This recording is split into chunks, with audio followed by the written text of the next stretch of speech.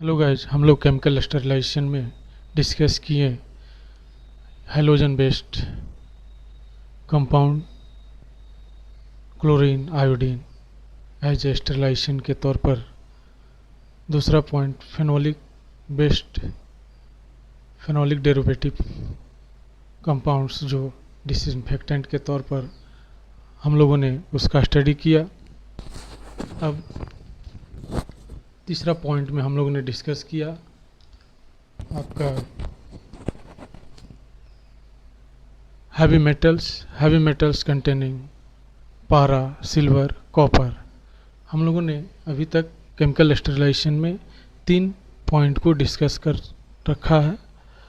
अब हम लोग देखते हैं चौथा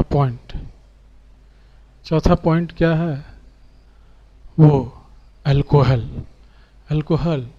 जो आप लोग अभी रिसेंटली देखा होगा, कोरोना वायरस के कंडीशन में सभी लोग सैनिटाइज़र को यूज कर रहे थे। उस सैनिटाइज़र को जो हम लोग हाथ पर यूज कर रहे थे, वो सैनिटाइज़र एक अल्कोहल बेस्ड प्रोडक्ट है जिसको एंटीसेप्टिक के तौर पर हम लोग यूज कर रहे थे। वही अल्कोहल जो हम लोग अभी देखेंगे, it is effective antiseptic applied to the skin, है ना।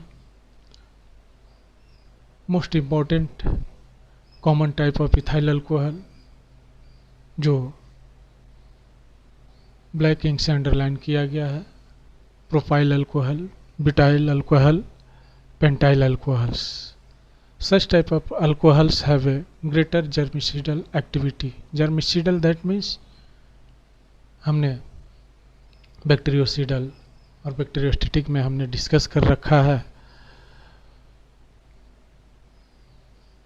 बैक्टीरियोसिडल्स such type of chemicals a lethal agent which is directly kill the microbes, just like that germicidals, germs, such type of germs which is creating pathogenic nature in the environment to the body. Such pathogen organism which is just creating problem, disease like infections. Such infections, such pathogens, such microorganism killed by lethal agent may be bactericidals, bactericides, fungicides, viricides. Such type of alcohol which is used to kill the pathogen as a form of alcohol. Alcohol, it is some alcohol which is indicated as a black ink underline of propyl alcohol, butyl alcohol, pentyl alcohol. It is very expensive, but some conditions applied for that. They do not easily mixed with wax. You know wax? What is wax? What is wax? What is wax? Can you tell me? Wax is a fatty part of the product, या oily parts is wax. Wax is एक तरह का मोमीय परत है जो fats के accumulation से बना है। वो उसके साथ इजली मिक्स नहीं हो पाता है। अब कंडीशन है कि मिथेनॉल, सर इथेनॉल है, इथाइल अल्कोहल को ही हम लोग अल्कोहल कहते हैं। जब इथेनॉल है तो मेथनॉल को भी हम लोग एंटीसेप्टिक के तौर पर यूज कर सकते हैं, लेकिन आंसर ये है कि ये मेथनॉल को आप एंटीसेप्टिक के तौर पर यूज नहीं कर सकते हैं, क्योंकि यही मेथनॉल, एक इथेनॉल जो है वो एक तरह का एंटीसेप्टिक का काम कर रहा है, और एक इथेनॉल जो उसका प्रोडक्ट है मेथनॉल, जो टिश्यूज के लिए टॉक्सिक डेवलप का काम करता है, टॉक्सिक नेचर डेवलप करता है टिश्यू के लिए, जो ह्यूमन बीइंग के लिए और बॉडी ऑर्गन के लिए बहुत ही हैजार्डस है। क्लियर। पांचवा point, alkylating agent.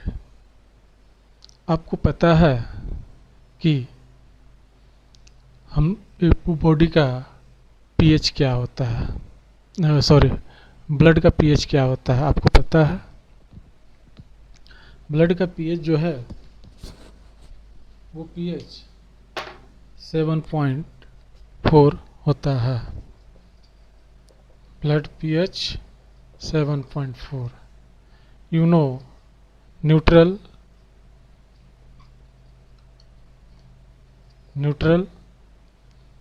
point of solution 7.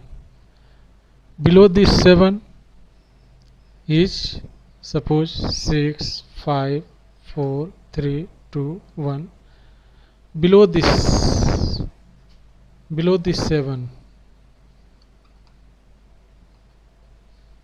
below this 7 हम बताते हैं अभी।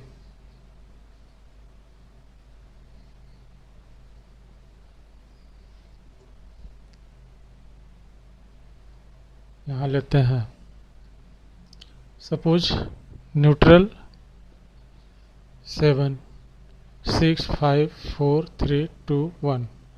below this 7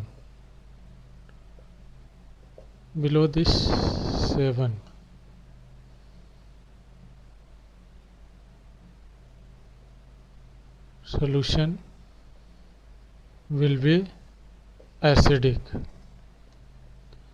Above this,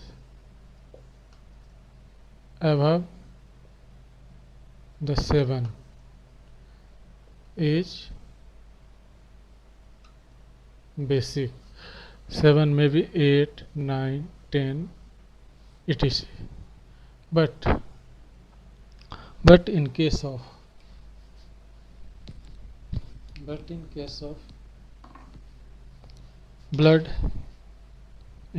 blood, what happened?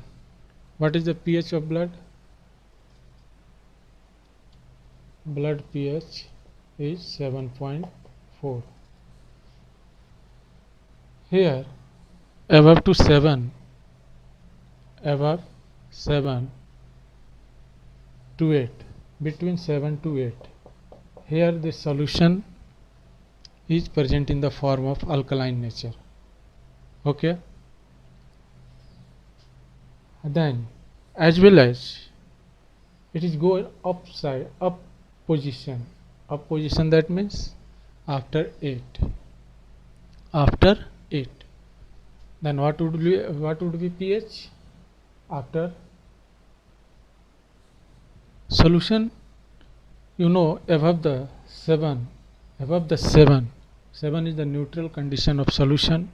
Above the 7 is called basic nature, but between 7 to 8, here 7.4 is alkaline nature.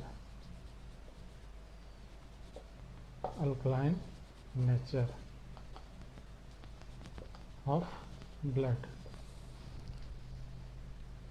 Okay, always remember this. 7 to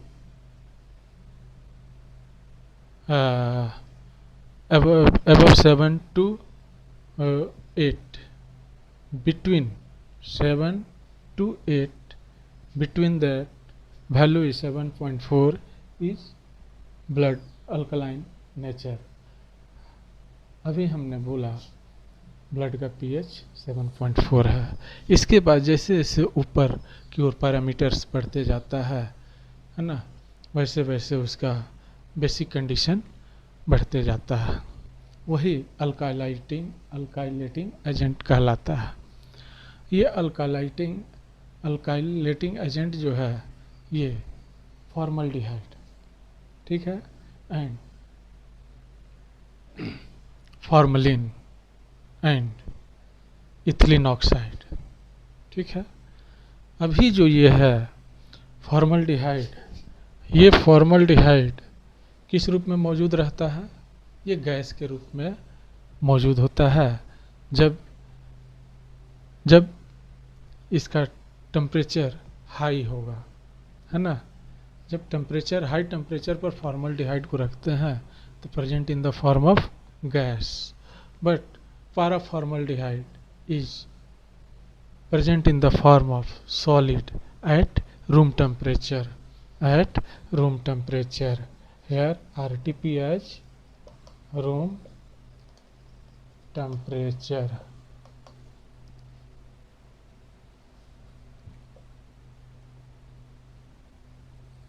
ठीक है, room temperature.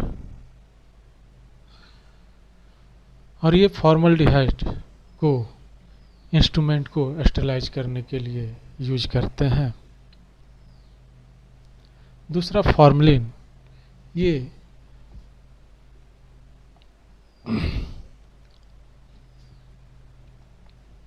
Anatomical specimen को तैयार करने के लिए यूज किया जाता है। एनाटॉमिकल स्पेसिमेन उसको बोलते हैं जो बॉडी के इंटरनल ऑर्गन को एक स्पेसिफिक कंडीशन में रखा जाता है उस लिक्विड फॉर्म में, जैसे कि वो बॉडी का ऑर्गन कभी खराब ना हो पाए, वो एक तरह का सॉलिड फॉर्म में मौजूद रहता है। इसको कैसे बनाया जाता है?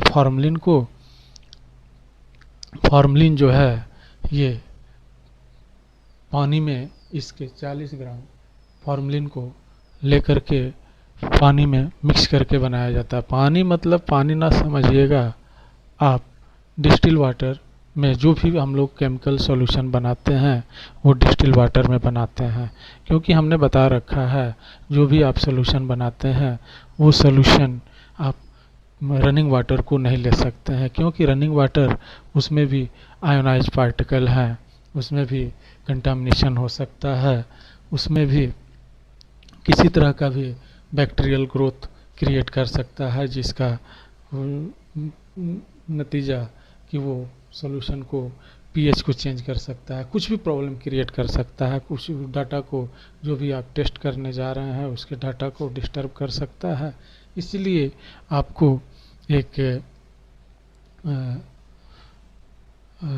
रनिंग वाटर के जगह डिस्टिल वाटर को ही यूज करते हैं।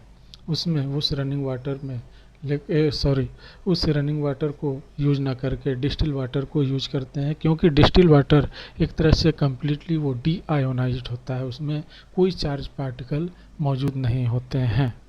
इस तरह से उसको मिक्स करके फॉर्मलिन को तैयार किया जाता है और इस फॉर्मलिन लिक्विड सॉल्यूशन को यूज किया जाता है किसी भी बॉडी के ऑर्गन को या शिशु को, जो भी चाइल्ड है, कोई भी बॉडी का पार्ट है, उसको हम लोग अब प्रिजर्व करके रखने के लिए इस केमिकल का हम लोग यूज करते हैं। क्लियर? दूसरा, इसका यूज वैक्सीन प्रोडक्शन में भी यूज किया जाता है।